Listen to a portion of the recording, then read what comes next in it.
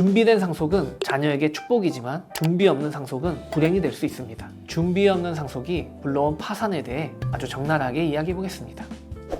여러분 혹시 흑자부도라는 말 들어보셨나요? 회사가 돈을 잘 버는데 당장 쓸 현금이 없어서 망하는 걸 말하죠. 이 무서운 일이 우리 상속 과정에서도 똑같이 일어납니다. 부모님께 강남에 30억짜리 아파트를 물려받은 외동아들, 누가 봐도 와 인생 폈다 할 만한 상황이죠. 친구들의 부러움도 한 몸에 받았습니다. 그런데 몇 개월 뒤 사연자는 그 좋은 아파트를 팔고 다른 곳으로 이사를 갔습니다. 도대체 왜 이런 일이 벌어졌을까요? 도박이라도 했을까요? 사업을 말아먹었을까요? 이유는 딱 하나, 현금이 없었기 때문입니다. 오늘은 부자들이 쉬쉬하지만 가장 두려워하는 상황, 준비 없는 상속이 불러온 파산에 대해 아주 적나라하게 이야기해 보겠습니다. 비싼 집 받았으니 좋은 거 아니냐? 하실 수 있습니다. 하지만 그 집을 팔지 않고서는 세금을 낼 수 없다면, 결국 내 집에서 쫓겨나야 한다면 그건 더 이상 축복이 아니라 세금 감옥입니다. 그럼 상황을 냉정하게 계산해 볼까요? 이 과정을 이해하셔야 여러분의 미래가 보입니다. 상속재산으로 압구정 아파트 30억 원을 가정해 보겠습니다. 상속공제로 부모님이 먼저 한 분이 돌아가셨다고 가정하면 일괄공제로 5억 원만 빠집니다. 배우자 공제는 받을 수 없죠. 그러면 과세표준은 30억에서 5억을 차감한 25억 원이 됩니다. 자, 이제 세금을 계산해 보겠습니다. 과세표준 30억 이하 구간의 세율은 40%이고 누진공제를 빼더라도 내야 할 세금은 취득세까지 합하면 대략 9억 원에서 10억 원 사이가 됩니다. 하지만 통장 잔액을 확인해 보니 통장에는 5천만 원밖에 없습니다. 문제는 여기서부터 터집니다. 현금 10억 원을 6개월 안에 어디서 구할까요? 이 상황은 마치 10억짜리 독촉장을 들고 쫓아오는 빚쟁이와 같습니다. 숨통을 조여오는 거죠. 대출 받으면 되잖아요. 천만에요. 요즘 규제 때문에 연봉이 높지 않으면 10억 대출은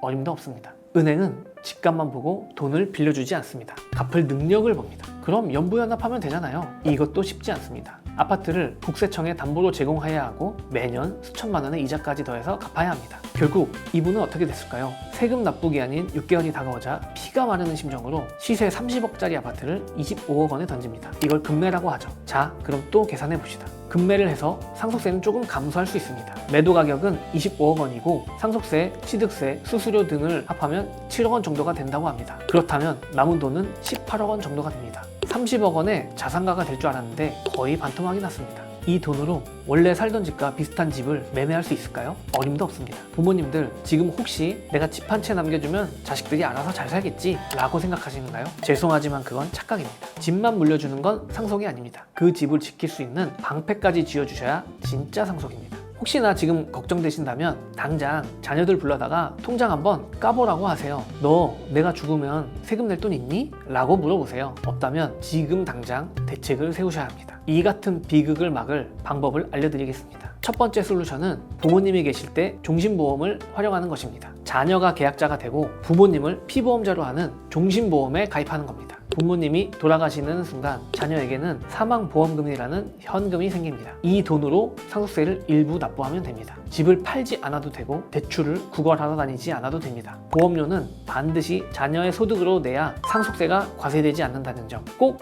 기억하세요. 두 번째 솔루션, 아파트 지분을 미리 증여해서 30억 전체를 상속으로 넘기지 말고 부모님 생전에 일부 지분을 자녀에게 증여하는 겁니다. 이렇게 하면 세금을 나눠내는 효과도 있고 나중에 자녀가 그 지분을 담보로 대출을 받거나 또는 전세를 놓아서 보증금으로 상속세를 낼 수도 있습니다. 유동성을 만들어주는 거죠. 세 번째 솔루션, 연부연납 계획을 수립하는 겁니다. 만약 보험도 증여도 늦었다면 자녀의 현재 소득 수준에 맞춰서 10년 동안 세금을 나눠낼 수 있는 연부연납 플랜을 미리 짜둬야 합니다. 월급에서 미리 얼마를 떼고 배당금으로 얼마를 충당해서 1년에 얼마씩 갚자. 이런 구체적으로 로드맵이 있어야 버틸 수 있습니다. 이게 바로 전문가들이 하는 상속 설계입니다. 단순히 세금 계산만 해주는 게 아니라 자녀가 그 세금을 감당할 수 있는지 최적 테스트를 해주는 것이죠. 이것이 진짜 필요합니다. 네 번째 솔루션으로 동거주택 상속공제를 활용할 수 있습니다. 부모님이 1주택자이고 자녀가 무주택자인 경우에 같이 거주할 여건이 된다면 상속 개시일까지 10년 이상 함께 살아서 동거주택 상속공제를 받는 것입니다. 최대 6억 원까지 상속재산에서 공제를 받을 수 있기 때문에 이번 사례의 경우에는 2억 원 이상의 상속세를 줄일 수 있습니다. 다만 요건이 까다로울 수 있기 때문에 미리 설계하시는 것이 중요합니다. 마지막으로 정말 현실적인 꿀팁 하나 드릴게요. 부모님이 건강검진 받으실 때 상속세 검진도 함께 같이 받으시는 겁니다. 내 재산이 얼마인지, 예상 상속세가 얼마인지, 그리고 내 자식이 그걸 낼 능력이 있는지 이걸 시뮬레이션 해보는 것만으로도 수억 원의 손실을 막을 수 있습니다. 에이, 아직 정정한데 무슨 하다가 골든타임을 놓치시는 분들 너무 많이 봤습니다. 준비된 상속은 자녀에게 축복이지만 준비 없는 상속은 불행이 될 수 있습니다. 부모님이 평생 땀 흘려 마련한 그 집, 자녀들이 온전히 지키고 행복하게 살기를 바라는 마음, 그 마음을 완성하는 것이 바로 현명한 준비입니다. 오늘 제 이야기가 도움이 되셨다면 구독과 좋아요 한 번만 눌러주시고, 혹시 우리 집도 상속세 한번 계산해보고 싶다 하시는 분들이 계시면 언제든지 아래 댓글이나 더보기란에 연락처로 문의 남겨주세요. 비밀보장은 철저히 지켜드립니다. 한 분 한 분의 상황을 제 가족의 일처럼 여기며 깊이 있게 고민하고 답변드리겠습니다. 지금까지 여러분의 든든한 세무 파트너 동담세무사 이상하였습니다. 감사합니다.